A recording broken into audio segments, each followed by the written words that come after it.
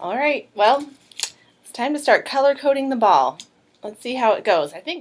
Okay, my first thought actually is that I'm going to color code everything that has the word meaning in it because meaning seems to be really core to what sense making is.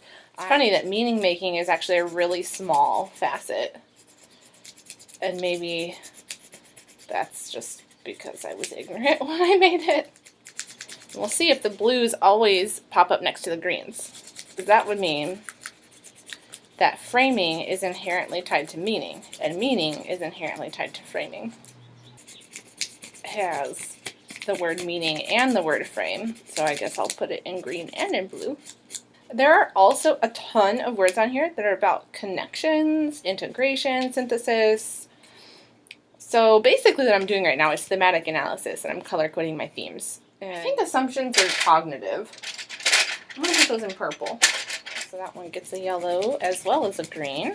It's like an interconnected connection. It's like hyperconnected.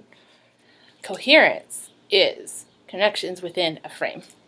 Assumption, now symboling, metaphor, significance. Okay, so you know what's interesting is that like this entire half of the ball is colored and this half of the ball is not. So it seems that this half of the ball has to do with meaning and framing and symboling, and this has to do with like emotions and interpersonal stuff. And obviously, I mean, it's kind of, it really is two sides of the same coin because we can't interact with people without symboling and being transformed. But I think I'm going to have to emphasize one of these over the other in my definition of sense making.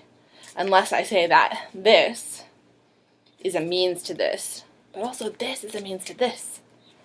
So you know what's funny is that I'm kind of breaking this into colors. And we know that colors are all part of one color space, and if you blend them all together, you get white. So in my attempt, if I attempted to blend all of these facets together into color, into white, and I sort of tried to give the picture of the whole thing, I would just be shining white light.